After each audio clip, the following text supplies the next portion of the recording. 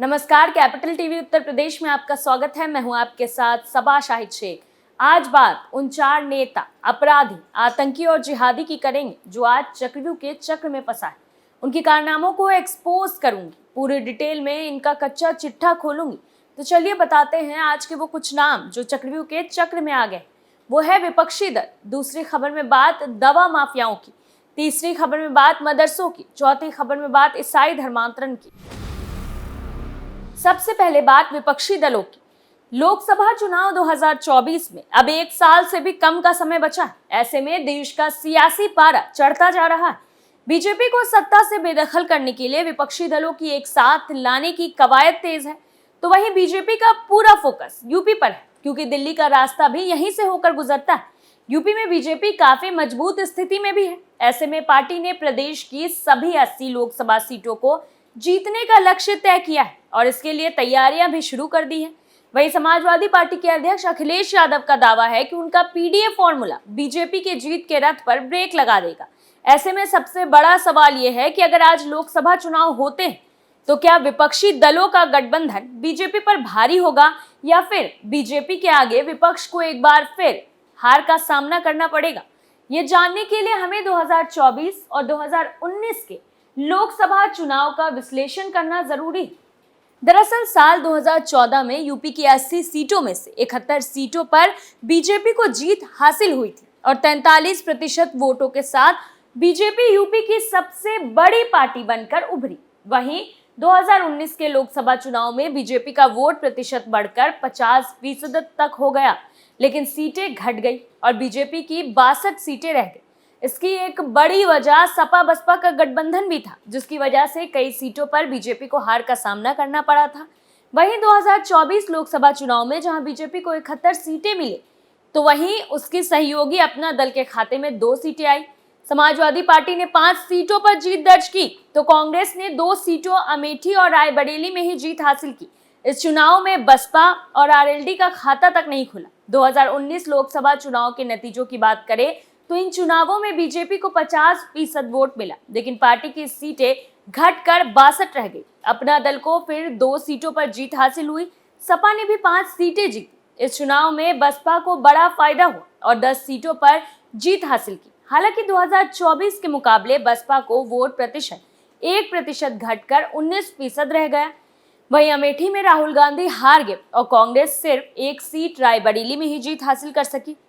आंकड़ों पर गौर किया जाए तो 2024 के मुकाबले 2019 में सिर्फ बीजेपी के ही वोट प्रतिशत में बढ़ोतरी हुई। बीजेपी ने अकेले 50% वोट हासिल किया, जबकि सपा बसपा कांग्रेस इन तीनों दलों का वोट प्रतिशत 1 से 2% तक कम हुआ है। 2019 में भी जब सपा और बसपा साथ आए तो महज 15 सीटों पर ही जीत हासिल हो सकी। दोनों दलों का वोट प्रतिशत मिलाकर 37% था, जो बीजेपी से काफी कम था। इस बार तो बसपा ने भी अकेले चुनाव लड़ने का ऐलान किया है। ऐसे में तमाम विपक्षी दल एकजुट भी हो जाए तो भी बीजेपी का मुकाबला करना मुश्किल है। इधर बीजेपी ने अपने तमाम नेताओं को पहले से ही जमीन पर उतार दिया है। वहीं बीजेपी की कोशिश है कि प्रदेश में जनाधार को और मजबूत किया जाए। 50% वोट बीजेपी के साथ है। इसके अलावा पासमानदा मुसलमान को भी जोड़ने की कोशिशें की जा रही है। ऐसे में विपक्ष के लिए चुनौती कम नहीं है। दूसरी खबर में बात दवा माफियाओं की। उत्तर प्रदेश के आगरा में पुलिस ने नकली दवाई बनाने वाली फैक्ट्री पकड़ी है। चीनी, रिफाइन और पानी मिलाकर बना रहे नकली कफ सिरप समेत कई दवाएं पुलिस ने जब्त की। दरअसल आगरा पुलिस नकली दवा माफियाओं के खिलाफ अभियान चला रही है। इस दौरान पुलिस की स्पेशल टीम ने बड़ी कार्रवाई करते हुए आगरा के सिकंदरा क्षेत्र के इंडस्ट्रियल एरिया में देव एंटरप्राइजेस के ठिकाने पर छापेमारी की। फैक्ट्री को आगरा के पौष इलाके कमला नगर में रहने वाला मनीष गुप्ता चला रहा था। पुलिस ने छापेमारी के दौरान भारी मात्रा में अवैध हर्बल फूड विटामिन के सिरप बरामद किए हैं। सिरप को बनाने के लिए चीनी और रिफाइन का इस्तेमाल किया जा रहा है। ये सब सामान घटिया स्तर का है। चीनी बोरों में बड़ी संख्या में चींटियां घुसी हुई थी। फैक्ट्री में कर्मचारी चीनी, रिफाइंड और पानी मिलाकर कफ सिरप बना रहे थे। इस दौरान पुलिस को बड़ी मात्रा में नकली कफ सिरप और एक्सपायरी डेट वाली सिरप का जखीरा भी मिला। कर्मचारी पुरानी शीशियों में नया लेबल लगाकर सिरप की रिफिलिंग कर रहे थे। पुलिस ने रॉ मटेरियल, खाली शीशियां और ब्रांड लेवल स्टिकर मौके से बरामद किए। पुलिस उपायुक्त सूरज राय ने बताया कि सिंडिकेट में शामिल लोगों के बारे में जानकारी जुटाई जा रही। जो भी लोग इस गिरोह में शामिल, उनके खिलाफ सख्त से सख्त कार्रवाई की जाएगी। वहीं आरोपियों के खिलाफ एफआईआर दर्ज करके जेल भेजा जाएगा। तीसरी खबर में बात मदरसों की।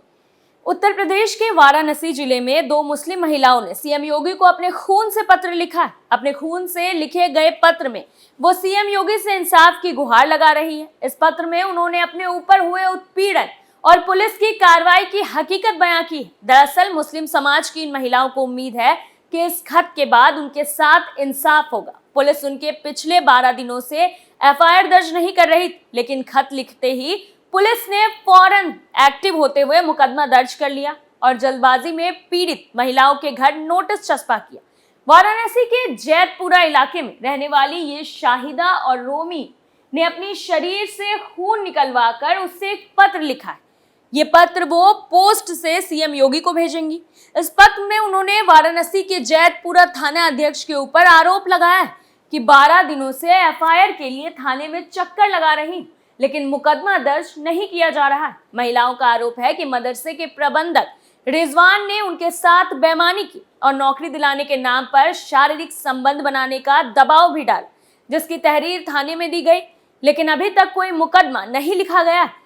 जानकारी के मुताबिक पत्र लिखने वाली शहीदा और रूमी दोनों जैतपुरा में चुर्गे उलूम मदरसे में प्राइवेट अध्यापिका है। मदरसे में परमानेंट नौकरी का विकल्प आया तो प्रबंधक रिजवान ने इन्हें नौकरी दिलाने का प्रलोभन दिया और इनसे 2 लाख रुपए ले लिया, लेकिन जब इंटरव्यू का दिन आया तो उन्हें नहीं बुलाया गया। ऐसे में जब ये इंटरव्यू वाले दिन यानी कि 28 जून को मदरसे पहुंची और प्रबंधक रिजवान से सवाल करने लगी तो रिजवान उसे दूसरे कमरे में ले जाकर उनसे नौकरी के नाम पर और 13 लाख रुपए मांगने लगा। शाहिदा ने इसका विरोध किया तो उसे मारपीट कर मदरसे से निकाल दिया गया, जिस वजह से शाहिदा का मिसकैरेज भी हो गया। शाहिदा के साथ रोमी भी प्रबंधक के ठगी का शिकार हुई थी और दोनों एक साथ थाने पर पहुंची और जैतपुरा थाने में उन्होंने लिखित तहरीर दी और अपने ऊपर बीती सारी घटनाओं को लिखा। लेकिन 12 दिन बीत जाने के बाद भी जैतपुरा थाने में जब एफआईआर दर्ज नहीं हुआ, बल्कि उनके आरोप के मुताबिक थाना अध्यक्ष ने सुलह करने का दबाव बनाया। इतना ही नहीं, थाना अध्यक्ष में उन्हें कुरान पर हाथ रख के कसम खाने की बात कही थी। बीते बुधवार को दोनों महिलाएं ने अपनी आप बीती अपने खून से एक पत्र पर लिखकर उससे मुख्यमंत्री को पोस्ट करने की बात कही है। पत्र में मुख्यमंत्री योगी से मुस्लिम महिलाएं इंसाफ की गुहार लगा रही। खून से पत्र लिखे जाने की खबर मिलते ही जैतपुरा थाने में हड़कंप मच गया। थाना अध्यक्ष मथुरा राय महिलाओं को बार बार कॉल किए जाने लगा, लेकिन जब महिलाओं ने उन्हें जवाब दिया कि अब वो सीधे मुख्यमंत्री से मिलेंगी, तब थाना अध्यक्ष ने महिलाओं के बिना थाने गए ही देर शाम रिजवान के खिलाफ धारा 354, 406 और 323 में मुकदमा दर्ज कर लिया है। चौथी खबर में बात ईसाई धर्मांतरण की। उत्तर प्रदेश के आजमगढ़ जिले के एक गांव से 5 महिलाओं की गिरफ्तारी हुई है। इन पर प्रार्थना सभा के नाम पर लोगों को ईसाई बनाने का आरोप लगा है। वहीं बहराइच में धर्मांतरण का विरोध करने की वजह बजरंग दल पदाधिकारी पर हमले की घटना सामने आई है। हमले का आरोप एक पादरी और उसके सहयोगियों पर लगा है। पुलिस ने इस मामले में 3 लोगों को गिरफ्तार कर जेल भेज दिया है। सूत्रों के मुताबिक आजमगढ़ जिले के पवई थाना क्षेत्र में आने वाले गांव सिकंदर पट्टी के ब्रिजेश पांडे ने पुलिस में शिकायत दर्ज करवाते हुए अपने गांव में धर्मांतरण की खबर दी।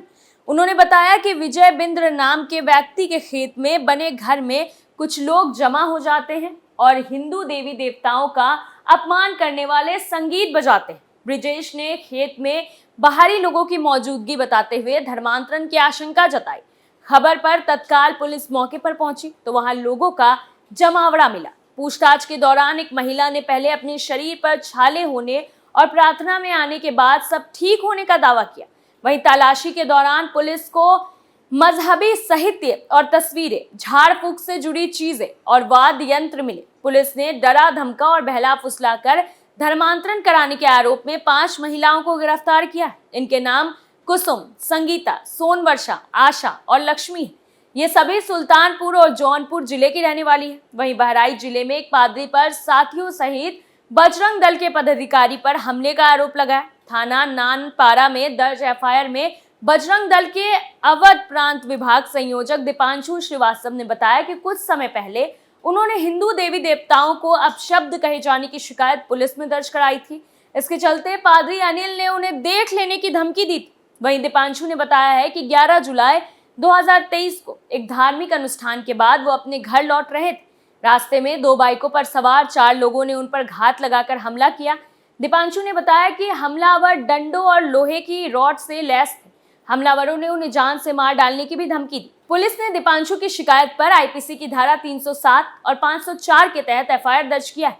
एफआईआर में पोस्टर अनिल और राम नारायण नामजद है, जबकि 2 अन्य अज्ञात हैं। वहीं बहराइच पुलिस ने दोनों नामजदों सहित 3 आरोपियों को गिरफ्तार कर लिया है। गिरफ्तार किए गए तीसरे आरोपी का नाम रोहित मौर्य है।